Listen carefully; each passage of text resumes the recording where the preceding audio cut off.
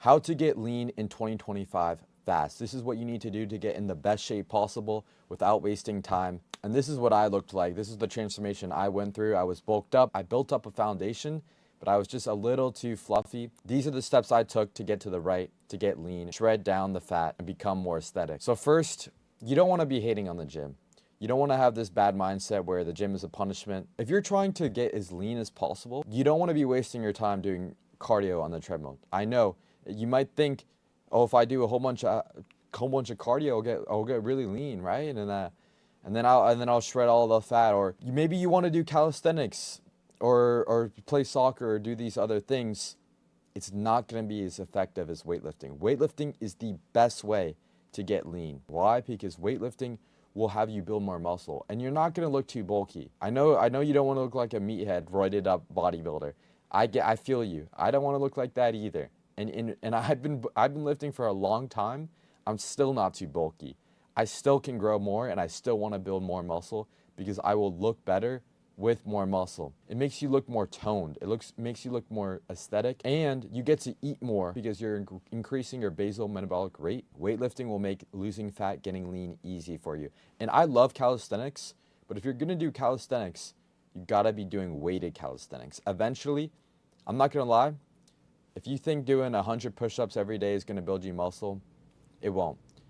Eventually, you're gonna get too good for the push-ups. You have to be adding more weight. You have to be focusing on building that strength, that foundation. Now, this is the plan. If you want to do the bare minimum, this is the bare minimum. The simple structure is weightlifting 3 to 5 times a week, getting 10K steps, and tracking your calories. So the 10K steps are crucial if you want to boost your metabolism, increasing your NEAT, your non-exercise activity thermogenesis. Steps are not going to add a lot of stress. You're going to be able to build strength while losing fat. Walking lowers cortisol. Now, you don't want to be doing all these steps and all this work without having your nutrition dialed. You have to be tracking your calories if you want the best results possible.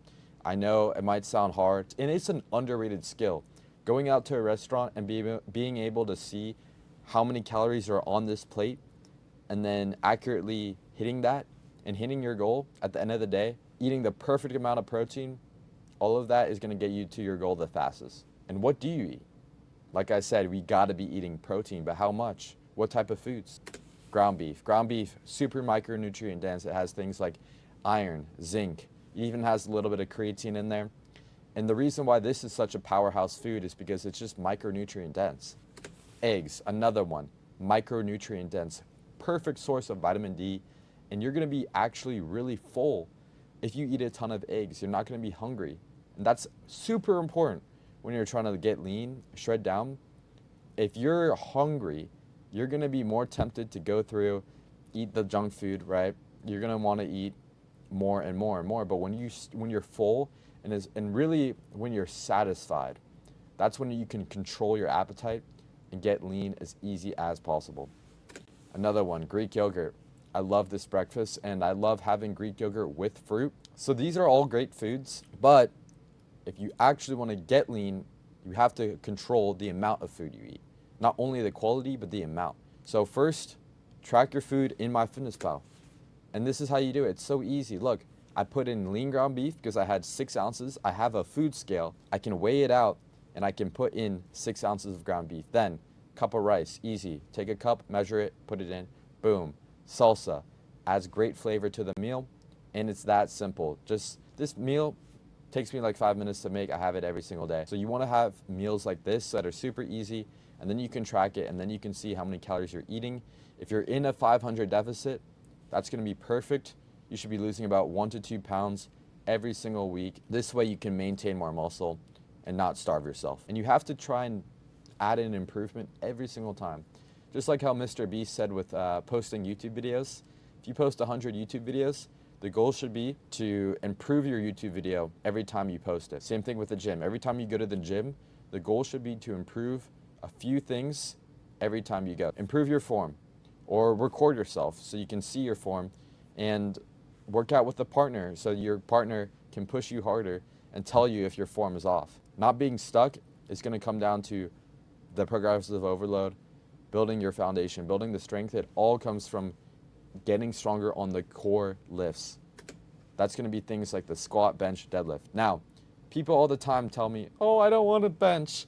It hurts my elbows. Oh, I don't want to squat. I just want to do a leg press. It's easier that way. Here's the thing. With the compound movements, first of all, you are going to build a lot of muscle. I don't care what anybody says. You build a ton of muscle. If you increase your bench, like this example here, to 185 to 275, obviously you're going to grow a huge chest, shoulders, and triceps. It hits multiple muscle groups at once. This is how we save time. Not only does it build strength, it just builds overall more athleticism.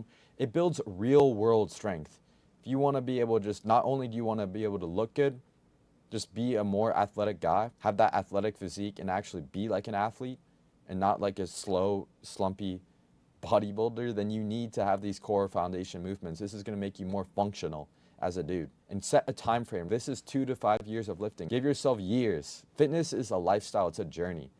I know the video is called How to Get Lean Fast, but think about long term. It all starts here. It all starts with adding, just leveling up these movements. And 5 years down the line, you could have a 365 bench press.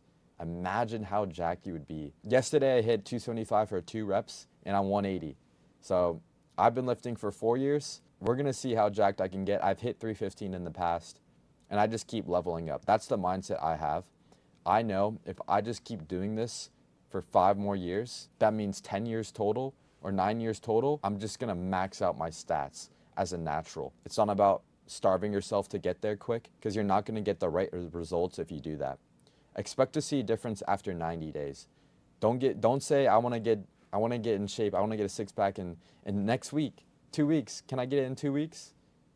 It's not going to work like that. And this is why so many people give up. They start their New Year's resolution saying, I'm going to get in shape this year. And then they try it for a month and they give up, but they didn't stay long enough to see any results. If you just stay consistent for 90 days, you took the progress photos, you do everything you're right, you will see a difference, and you will be so much more confident. You will be so much more proud of yourself from going through that transformation. That's what you have to commit to. And it sounds crazy, right? You would think starving yourself is the best way, just eating less food, because then you'll get there faster, and it doesn't work like that. You want sustainable results. You don't want to screw up your metabolism. That's why I recommend eating more food while losing weight, because you'll be able to build more muscle too at the same time. Losing fat can be done faster, it can, but building muscle takes time, and you don't want to ruin that muscle that you worked so hard for and just losing it. That's what I've done before.